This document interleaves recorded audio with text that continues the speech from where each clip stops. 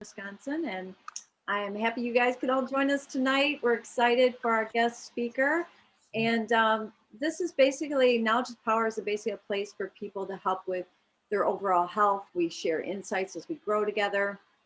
We use our gifts and our talents to make a difference in this world, and just to be with other positive people. It's really important right now. And Liz and Adrian and I truly feel that we're creating a movement that can impact many lives. Yeah. And a little bit about me, I've been helping people restore and optimize their health for over 30 years. And my degrees are in nutrition and dietetics, exercise physiology, and cardiac rehabilitation. And I've had the privilege of working with some of the top medical minds in the world who believe, as I do, that the body has the ability to heal itself when given the provided nutrients and tools. And my passion is servant driven. I love helping people to feel great at any age.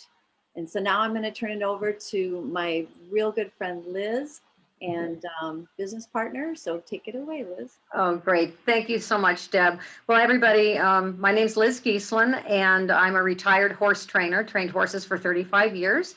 And next month, I will be for 18 years.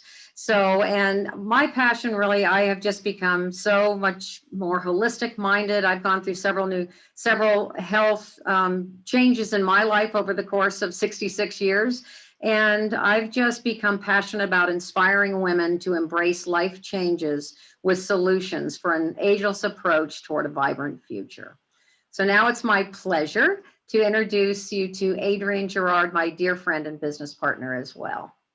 Adrian. Thank you, Liz. I am Adrian Gerard. Most of you know I live in Milford, Connecticut. Can you hear me? Yes. I live in Milford, Connecticut, and I am a registered nurse with a master's in holistic nutrition. And as a health coach, my passion is helping people, mostly women, reclaim their youthful vitality and transform their health with cutting edge strategies. Shall I move into the next list? Now you can go ahead and introduce Robin. So today it's our pleasure to introduce our guest speaker, Robin Clare, who's a best-selling author. And during Robin's 25-year MBA career, she yearned to live her authentic mission. Yet she struggled with food addiction and bulimia. In successful recovery, Robin wrote Feast and Famine, Healing Addiction with Grace. This book challenges what we know about true addiction and how we often focus on healing the symptoms and not the problem. Please join Liz, Deb, and I in welcoming Robin. Thank you, everybody. It's a pleasure to be here. So what I would welcome you to do now is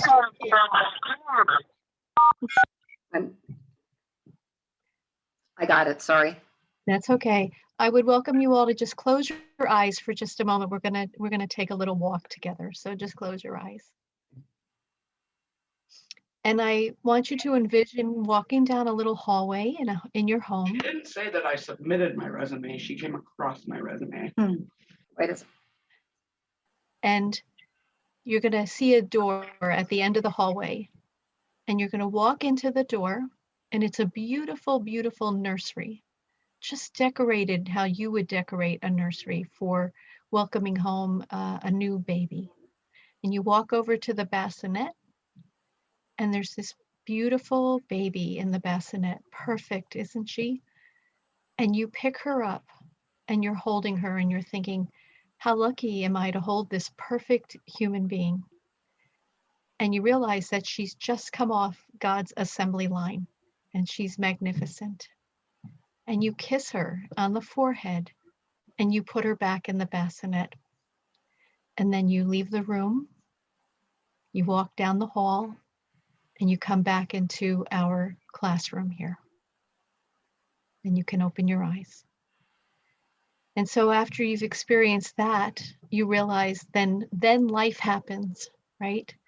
And we start to experience humiliation from others. We start to experience humiliation from our parents, from our siblings, from our teachers, from our so-called friends, from the media. And we start to begin to move from this perfect self-love creature into someone who starts to struggle with self-loathing. And then if we don't heal the self-loathing, we begin to move into what we call suffering. And suffering is something that can be with us for a very long time. And this suffering, in order to keep on suffering in our lives, we have to come up with addictive behaviors that help us to wallow in that pain of suffering. And so we then have the goal to return to self-love, always is the goal. So this was my life too. I for years, for almost 40 years, I suffered in silence with obsessive compulsive food disorder and bulimia. And one day I was in a meditation, and I was in this beautiful waterfall in my meditation. And this woman, this being of light, comes walking towards me in the meditation, and she is magnificent. She's in this white flowing gown. And when I looked at her, I was mesmerized because her face kept changing. She became every woman. She became every age. She became every ethnicity. She became every phase of our lives, from young child to elder. And finally I'm like, I should just stop staring and just pay attention, right? And I stopped staring, and she said to me, "I am Sophia." And I was in shock. So who is Sophia? Sophia, for most people, or when you're studying spirituality, she's considered the divine feminine. But in Christianity, she's known as the Holy Spirit. And in Judaism, she's known as the Shekhinah. And so she said to me, "Robin, I need you to write a book for me." And I'm like, okay. And she said, "This book is called Feast and Famine, Healing Addiction with Grace." And I'm like, I'm on it. And she said, "Just one more thing." She said, "I need you to tell your story of recovery in this book." And I'm thinking, I always knew I'd have to tell that story. I always knew that I couldn't have lived this journey for so long for no reason, right? Like I knew there was a teaching that had to come out of this. Because I truly believe that our soul is leading the way in our lives, that we come here with a purpose and we're going to fill it. And if we don't try to fill our purpose, our soul will just keep reminding us that that's why we're here. And so there was just one problem about writing this book in recovery. I wasn't in recovery. I was still in addiction. So I decided to write the book anyway. And so I thought, well, I'll just fake it till I make it. And when I got to the end of the book, I was like, okay, well, I hope these teachings work for you. They didn't work for me, so have a nice life. And I'm like, all right, that is just not the end of the book. I know that's not the end of the book.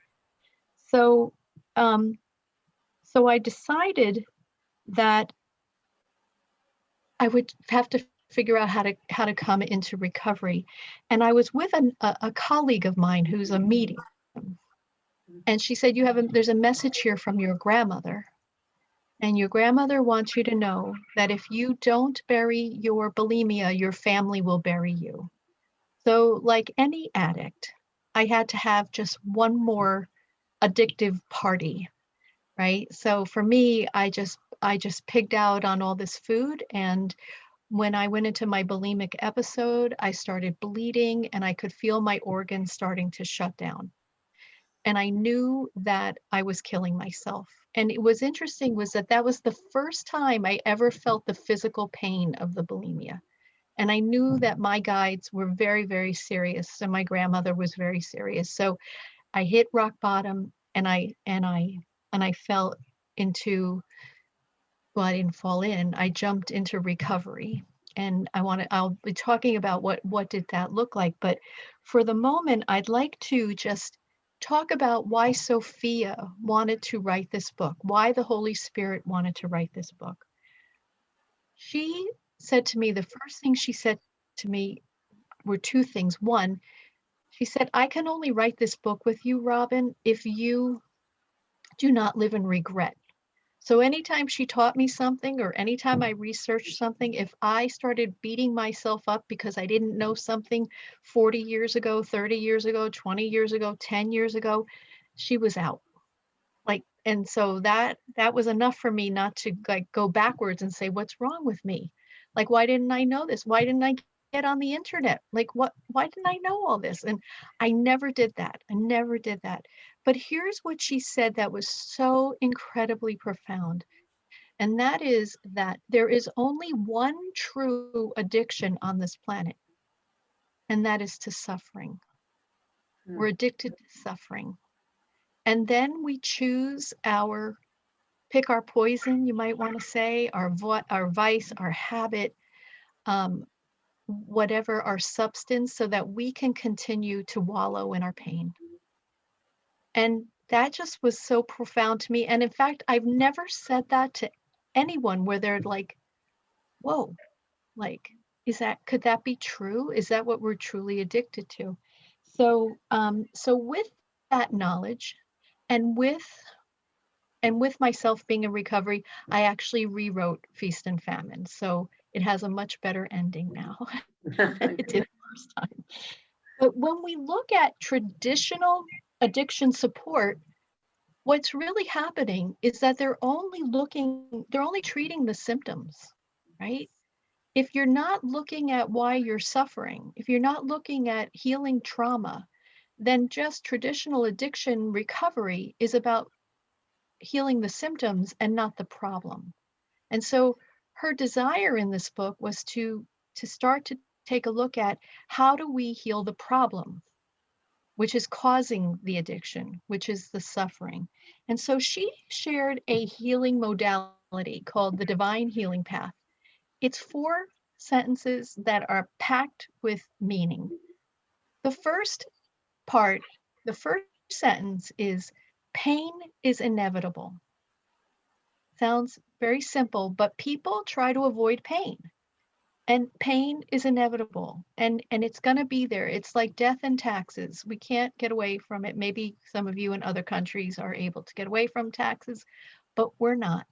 And here in US. And so pain is inevitable. We are going to experience pain. And we just need to know that, because we're mind, body, spirit, and emotion. We're an integrated system, and we don't live alone, right? We're not living in a cave on a mountain. There's other people in our lives. There's other people in the world, right? So we gotta own up to it. Pain is inevitable.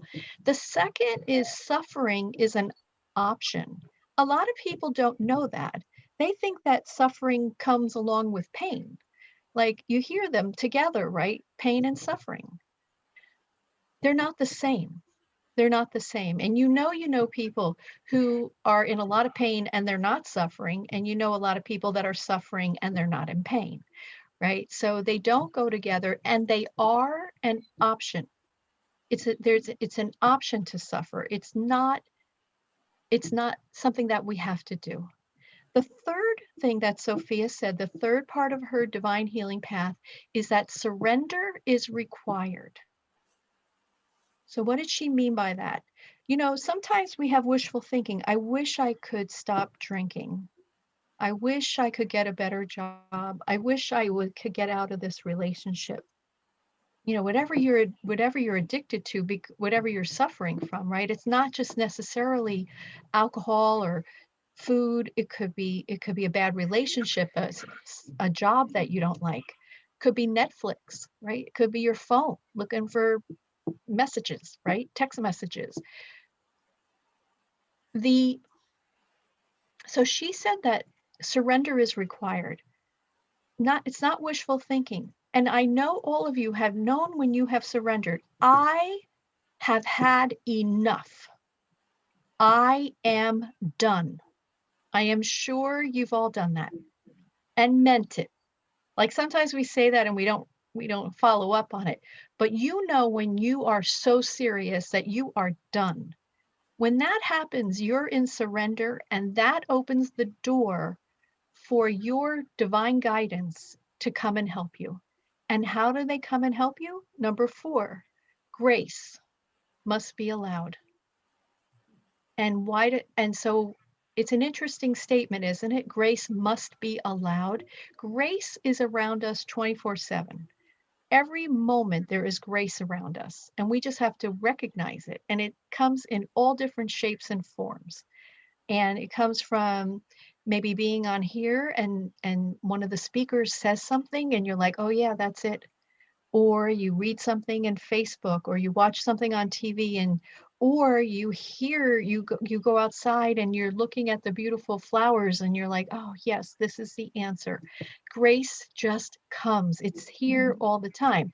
But why would Sophia say grace must be allowed is because sometimes we play a role in our family, right? I unfortunately have a brother who I think he thinks his role is to be that person in our family that we're all trying to help all the time. He likes to be helped and he never gets out of his own way. And it's this whole perpetual cycle for his whole life. It's always like poor Michael, and he's not allowing the grace in. He likes it, but he doesn't keep it. So the grace must be allowed. So those are the four things. Pain is inevitable, suffering is an option, surrender is required, and grace must be allowed. So I want to take a moment and talk about suffering in the form of food addiction. There are 29.8 million women in the United States alone who struggle with obsessive compulsive food disorder, bulimia, and anorexia. And you know what? I think that's not even close, because this is something you don't go shouting about, right? Right? Like when I came out with my book, most of my friends were like, "What? What? Are you kidding me? How come I didn't know?" And I'm like, because I wasn't bragging about that, And so I don't think, even when they test women or take these surveys, right? I don't think they have all the women that happens to. So what was my particular situation? I had a deep fear of humiliation and persecution. And I think that is a global problem for women in the world. In fact, Yeshua, so obviously I'm a channel for the ascended beings. I should have said that earlier. I do write books for the ascended masters. And Yeshua, who most of you know as Jesus, said to me when I was writing my first book, Messiah Within, that it never really ended well for anyone before. And he was talking to women. In many and many of our past lives, and even in this life, we've suffered through humiliation and persecution. And so, in fact, one of the things, I was given a TED talk from my guidance called #WhoMe, capital H, small y, small u, capital M, small e, about this global problem of humiliation that women have suffered through for ages and ages. And so I'll get to that. I'll get to that soon. But I was given that tagline when I was listening to the founder of the Me Too movement on TED Talk. And I said to my guidance, wow, that's amazing. That's amazing. And then all of a sudden I hear #WhoMe. And I'm like, what? I'm like, spelling please. And then they spelled it and they said, this is the problem. There's a global epidemic of humiliation. And so that is part of the reason for writing Feast and Famine as well.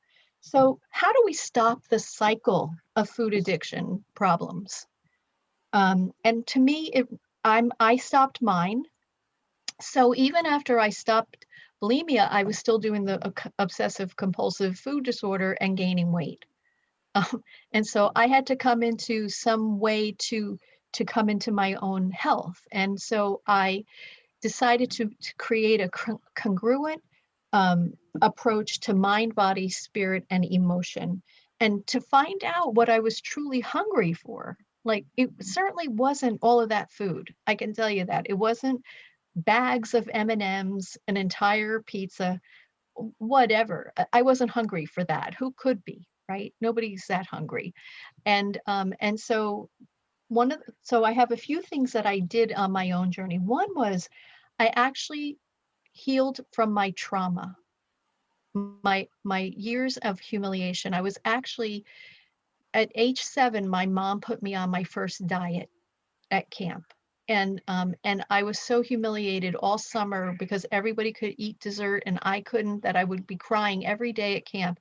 And it started this cycle of humiliation, humiliation, humiliation.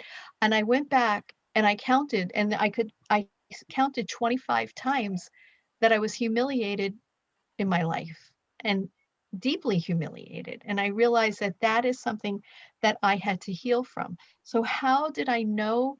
How did I heal from that fear of humiliation? It became the simplest solution. I realized that nobody can humiliate me or persecute me if I don't give them the title of judge. Mhm. They can't judge me if I don't say they're a judge. And as soon as I did that, if someone would try to humiliate me or, embarrass me or yell at me, I'm just like, well, or criticize me, I realized that that's just their perspective. So I had two choices. I could say thank you or screw you. Like I could do one or the other, but I didn't have to take them. I didn't have to take it as a form of humiliation. And so here are some things that I have done in my congruent approach. I have spent 5 years now healing from my trauma through therapy. I have looked at everything. I don't know. I can't even believe there's more to look, but I'm sure there is. So at the moment, I can say to you, I feel like I have looked at all these trauma patterns in my life to make sure that I have healed them through looking at them through therapy and and looking at my inner child and making peace with her, the one that was so humiliated at 7 years old. I'd suggest you reset your mindset from feast to famine. Remember, the book is Feast and Famine, but go from from famine to feast by being grateful for your life, and then find a way to track your eating. I use something called My Fitness Pal, and I find that allows me to know what I'm eating, right? Like, and I can tell what I'm eating. So I'm not depriving. I just can only have a certain number of calories every day.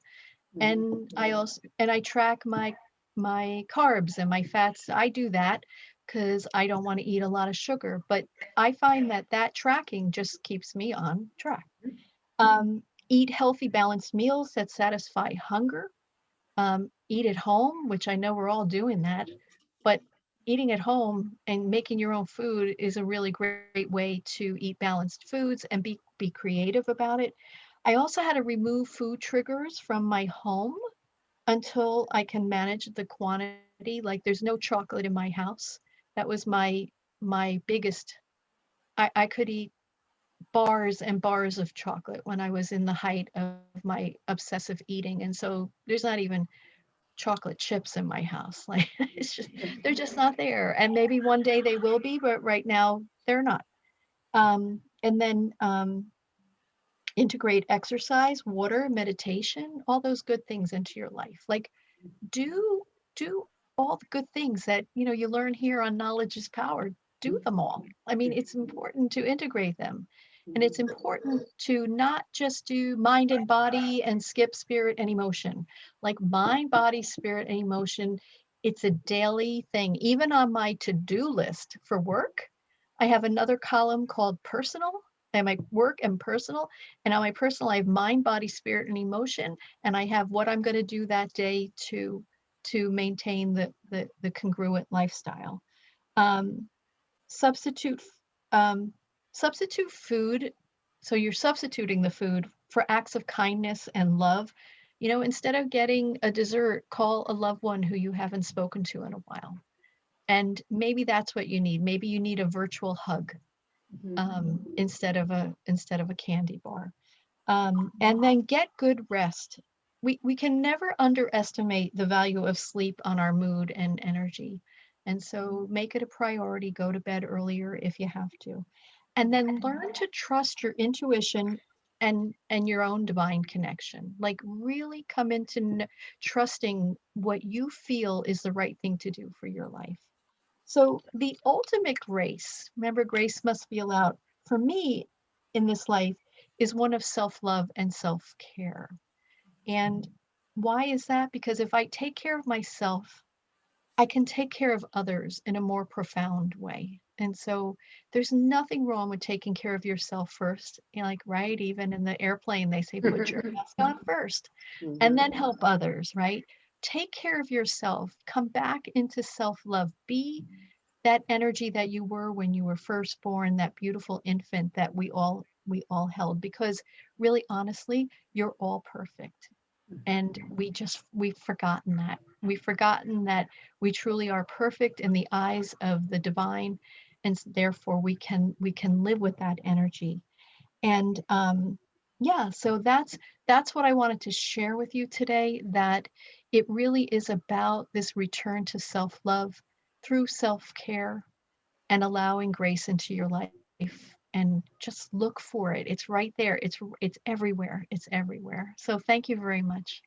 Um, Robin, this was wonderful, wonderful. And you have such, just the whole tonality of your voice is just lovely to listen to. And I think, Thank you. yes, and I just love that. And I will have you before, I want you to, because I didn't take notes while we were sitting here, but I do want you to repeat those 4 lines again before. Yes. I think what we'll do now is open up, because I know that our guests here might have some questions. So I'll go ahead, and if anybody has a question, go ahead and raise your hand and I'll unmute you. And I want to ask a question. okay, Deb's got a question. Okay. So, in your meditation, Hmm. how long did it take for you, Robin, to really start to get the answers you needed? I mean, was that a major part of your recovery? Was the meditation?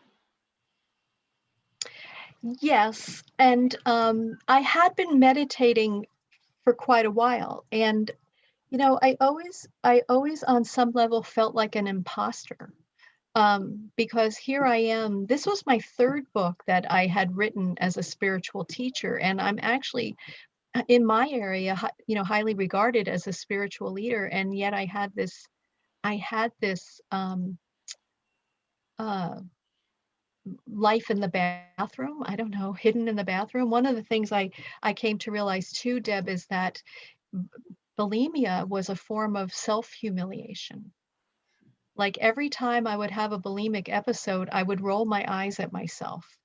And I came to realize that I was thinking, I didn't know this, but through therapy and through deep contemplative work through the meditations, I realized that I was thinking, well, if I humiliate myself, then nobody can get to me, right? And so I've been studying spirituality for a long time, but I think what really and the meditation is certainly helpful because it keeps me grounded and connected to my own inner source. But I think it was really what really worked for me, besides hitting rock bottom, knowing that I was dying, was looking at my trauma to see what was keeping me suffering. Like, why am I still suffering? And I would look at my friends that were in recovery for so long, and I'd be like, what is the difference between them and me? Mhm. Like, why are they in recovery for 30 years and I can't be in recovery for 30 days, right? Mhm. And when I sat down with them, they have been doing their inner work and healing their trauma for 30 years, right? They just kept doing it and doing it and doing it, because I don't think you can maintain long-term recovery without doing the work to heal your trauma. Mhm. That's wonderful, Robin. I just want to thank you so much, and I just want to tell you that you're like Liz said, your voice, you are just, it's unbelievable. It's impactful. It's truly. Mhm. Thank you. Very, very. Yeah, the other day I was speaking and one woman's crying. She's crying and she's asking me a question, and then she goes, "And if you decide to change careers, you should teach people how to speak in public." I'm like, okay. Um, Where I learned to speak in public, or who really helped me, I studied at the Oneness University in India, and it was run by these young monks. They must have been in their early 20s, and they could speak for 4 hours without looking at it. They didn't even have index cards. They just spoke. And I think what I do, just if anyone is a speaker here, I speak from my heart. I don't speak from my head. And I think that makes all the difference, because the information is flowing up versus flowing down. And I think that helps with that. I think I have a very calming voice anyway, but I think when I'm here, when I'm talking about this subject, it's like me. I'm actually, the whole time I'm speaking to, I basically have goosebumps myself. Like I'm like really, I hold on to these 2 crystals so that I can stay grounded here in my chair, because the energy is just spinning. Yeah. That's great. That's Yeah. okay, Adrian. Yeah, I think you can unmute yourself. There you go. There I am. Yes. Oh, so Robin, I had Yes, the friend. pleasure of interviewing Robin recently, and there was a question I forgot to ask you then, so I'm Yeah. going to take advantage of now. In the earlier part of your book, Feast and Famine, you mentioned the role of dopamine in Yes. addiction, and so I'm curious about that and what maybe could be done supplementally while people are working on doing all that other work. Yes. So I worked with a wonderful naturopath, and she felt inclined to check my dopamine levels in my brain. So your dopamine is your feel good chemical in your brain. And what she discovered is I had none. It was like None? 0. And she said she felt inclined to check mine, because all of the children that she worked with that had like ADHD had none either. Wow. And so she thought, well, maybe this is similar. And so she checked mine, and then she put me on a supplement, and I apologize, I don't know the name of it, but maybe I can get that to you, Adrian, and you can share it with the group. But she put me on a very natural supplement. It was not a prescription medicine. It was herbs, an herbal type of supplement, and it raised my dopamine level. Yes, so that too, I forgot about that. Thank you for bringing that up. Oh, I was so curious. I'm like, what is it? What is it? Mhm. Yeah, and so no, most doctors won't check for that. Of course. They usually check for that for people that have actually what was it in the book? It was Parkinson's. Parkinson's disease. Yeah. People with Parkinson's have low dopamine also. So it doesn't mean if you have low dopamine, you get Parkinson's. It means that people with Parkinson's have low dopamine.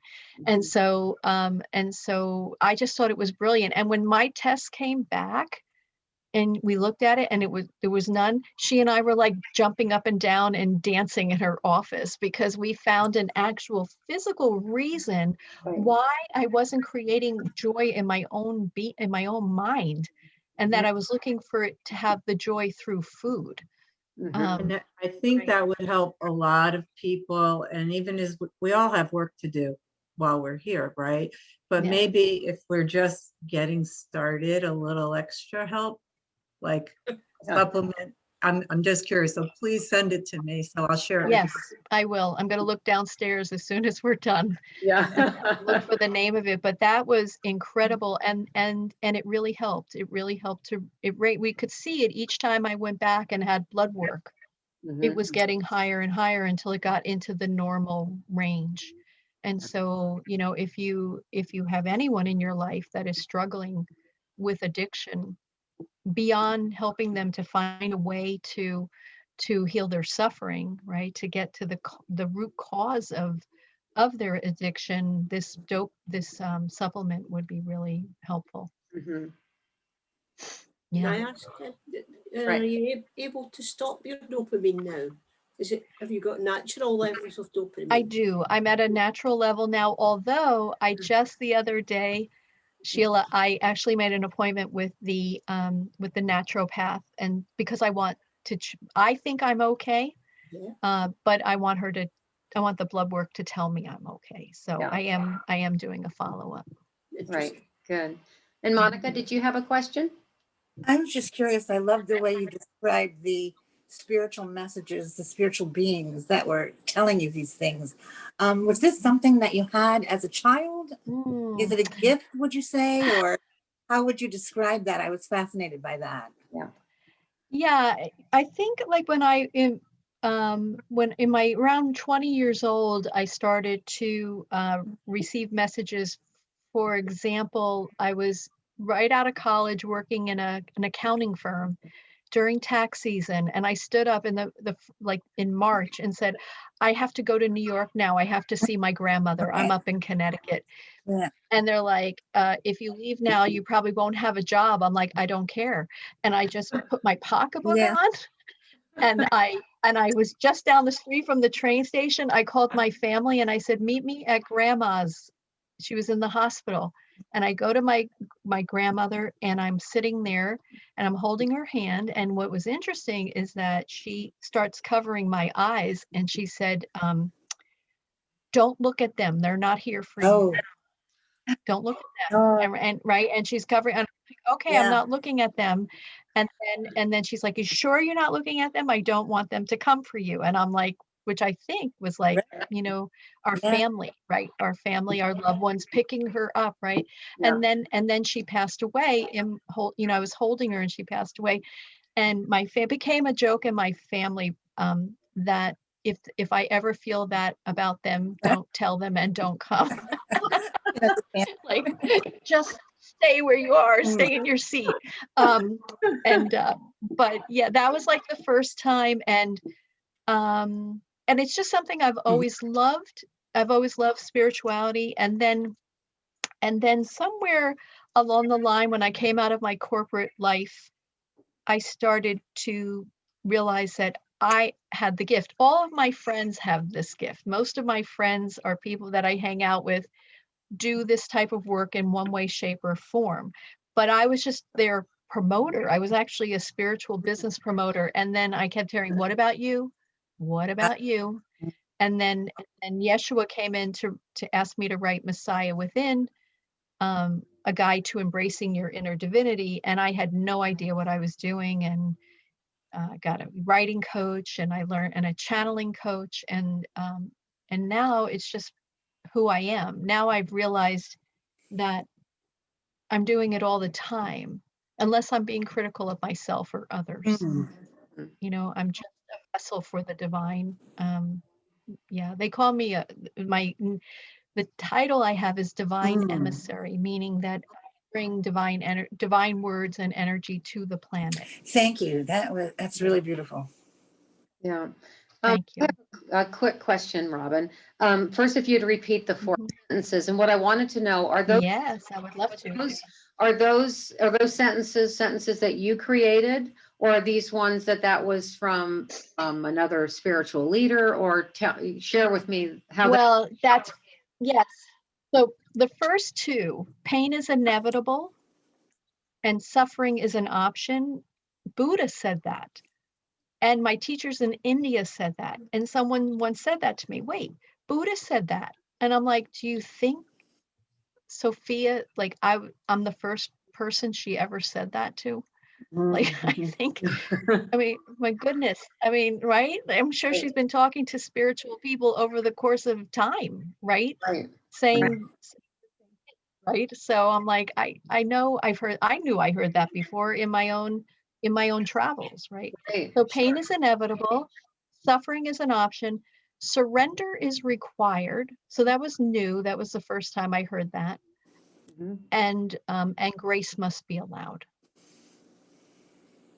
I love that. Yeah. Yes. So simple in the words, but so incredibly profound. And that, I mean, that's what I always say about spirituality. The reason why the reason why it's so hard is because it sounds so simple, right? Like we can't grasp it. Yeah, it's easily. Yeah, I love it. I love it. Okay, does anybody else have something that they would like to ask Robin or chat about? I was thinking Teresa always has a great question. She Where are does you? usually. She's down there. She's I'm looking for her. down. She's here. I'm here.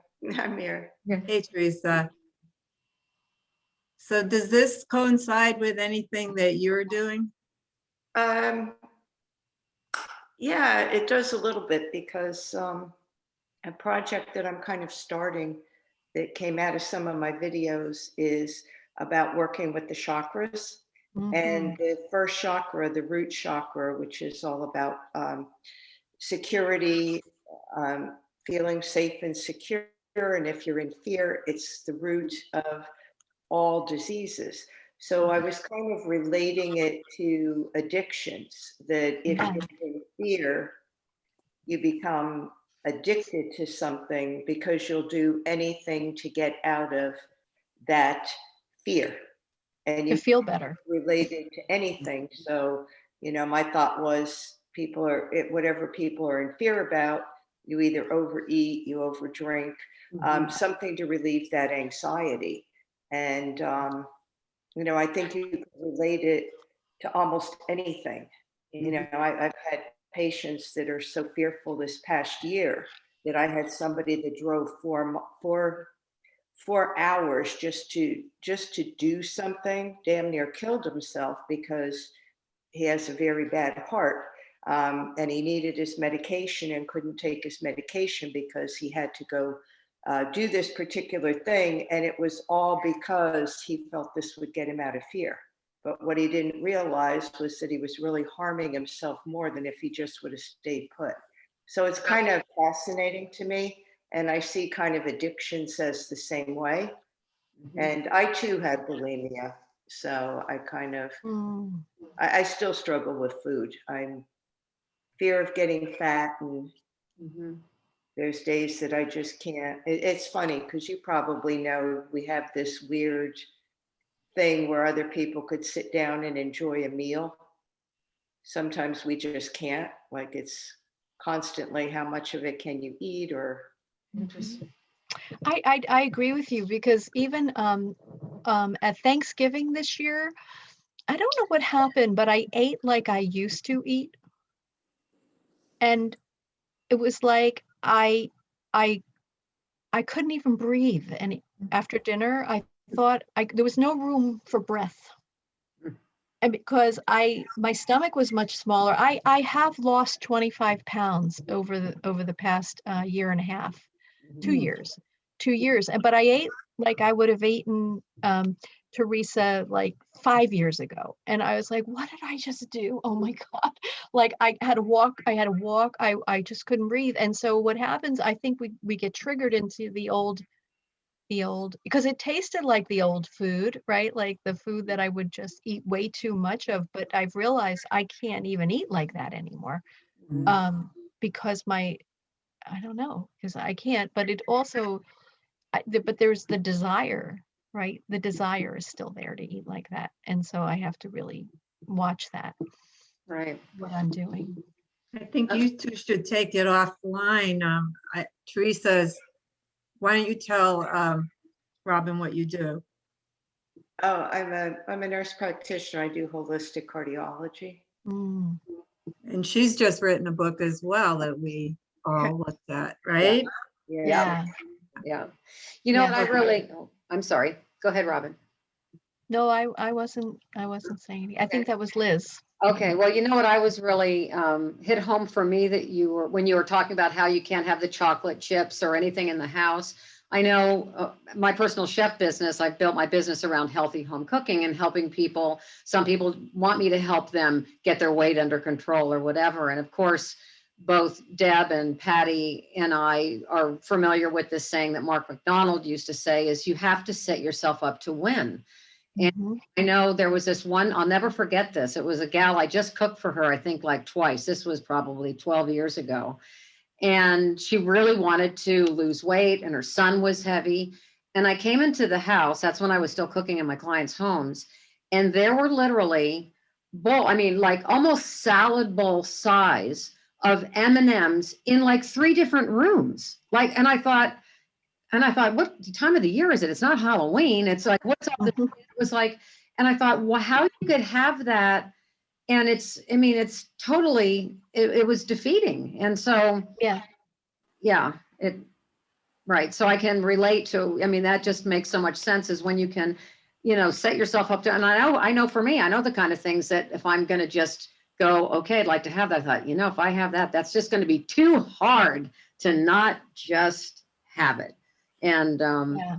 but at the same time, I'll have, because I don't really have a sweet tooth, but like right now, I love these little lemon cookies. And so what I do is I have one after lunch and it's enough. Yeah.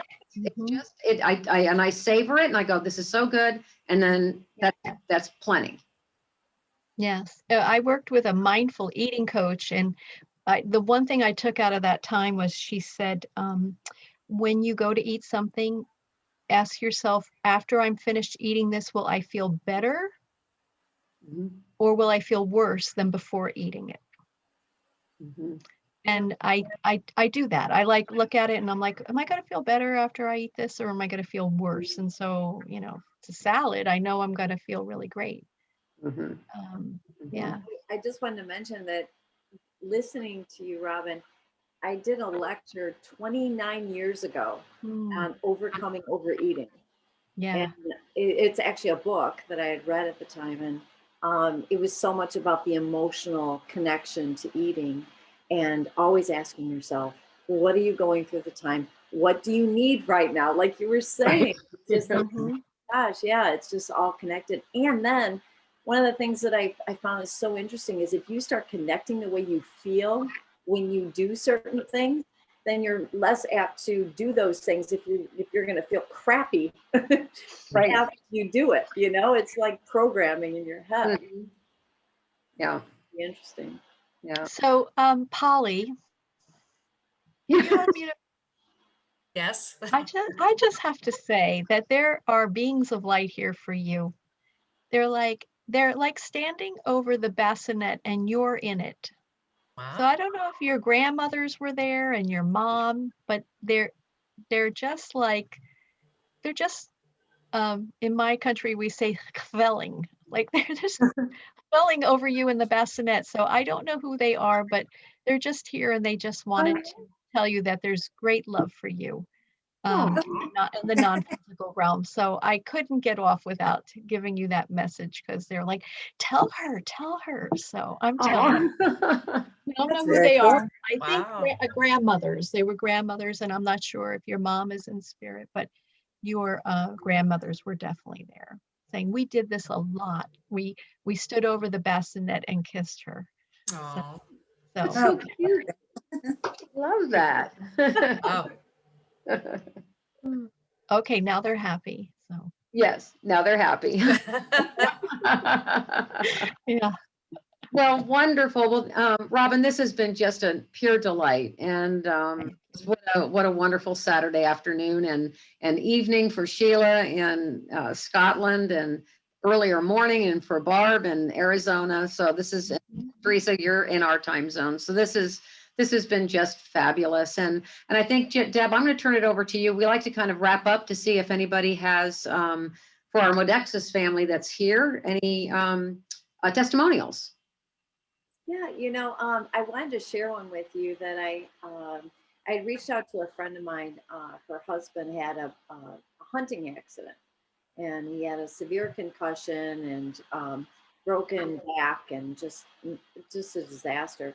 And I told her about the products with Modexus to help him, and she ordered them, but because he was on all this medication at the time, he's like, I can't do anything else right now. It's like, no. So she had the stuff sitting there, and she's, going through a lot herself. She had a very stressful job, and now she's taking care of her husband. And so she's looking at those products, and she's like, I just started taking them. And she said, so I was on longevity and Lyft, and she said, I noticed in my job, she's like, I all of a sudden I could focus. I could think. I could compartmentalize things that I had to do Where before I was just going all over the place. And she's like, Mhm. I had such a hard time, especially because she, going through trauma. Mhm. Like you were saying, Robin, it's just, it was distracting her from her work. Mhm. And she Mhm. said it was helping her, and it was also helping her calm her nerves Mhm. and to give her Yeah. energy, Yeah. throughout the day. She said, I was having a hard time even staying awake at work. And so then when the relief came out, she's like, oh my gosh, her husband was like, she was thinking that would be perfect. Maybe that could get him off his pain medication. So she Mhm. ordered that. Well, then he was like, I'm not ready. I'm not ready. So she started taking it. She tells me on the phone, she's like, Deb, I was on a leave every 4 hours for like Goodness. months. She goes, my low back hurt so badly. And she goes, I don't know if it was, the job I was in, whatever. She goes, I started replacing it with the Relieve with Modexus instead of Aleve. And she said taking it like she would with the Aleve. And she said she had a complete, like her back is completely pain-free now. Wow. Wow. Just blown away. I was like, it was so cool to hear something that she Yeah. would have never taken the products if it wasn't Right. for her husband. Right. So I thought I'd share that with you guys. I thought it was really wonderful. That's Yeah. awesome. That's great. That's Really great. good. Well, great. Well, everybody, it looks like I think that we're wrapped up for today. And I think also Deb was asking, Adrian, do we have a date for when Dr. Carroll is going to be next month? Do we want? Yes, it's the 13th. Okay. So Dr. Carroll is a general practitioner in the UK in London at the NHS, and she, at the age of 48, had a heart attack, and she was the least likely candidate. Teresa, you're going to love this one. And so she wrote a book about it, Fearfully and Wonderfully Made, and I did interview her a couple months ago, and she will be here next month. I think it's going to be awesome. Yeah. Yes. Yeah. Great. Okay. So we'll keep obviously everybody informed with that, of course, with the invitation. So anyway, thank you all so much for being here. And we will then see One you. more thing. Okay, go ahead. will, Liz, we'll put in, where we're going to put this, how they can get in touch with Robin. Yes, thank you. Yes, yes. Actually, Robin, right. If you would then, Adrian can get me that information. And then what I'll do is then we upload everything to YouTube. And then that will be a public link. So you'll have that too, Robin. And we'll also, everybody here, we'll get it out there where, how they can get a hold of you, how to get your book. And if they wanted to get back in touch with you for. Yeah, great. Thank you. Yes. Thank you so much, Robin. Thank Thank you, you. Robin. Wonderful. Thank you, everyone. This was wonderful. Have a great rest of your day and we'll see you guys next month. Okay. Thank you. Thanks, Liz. Thank you. Bye, everybody. Thank you.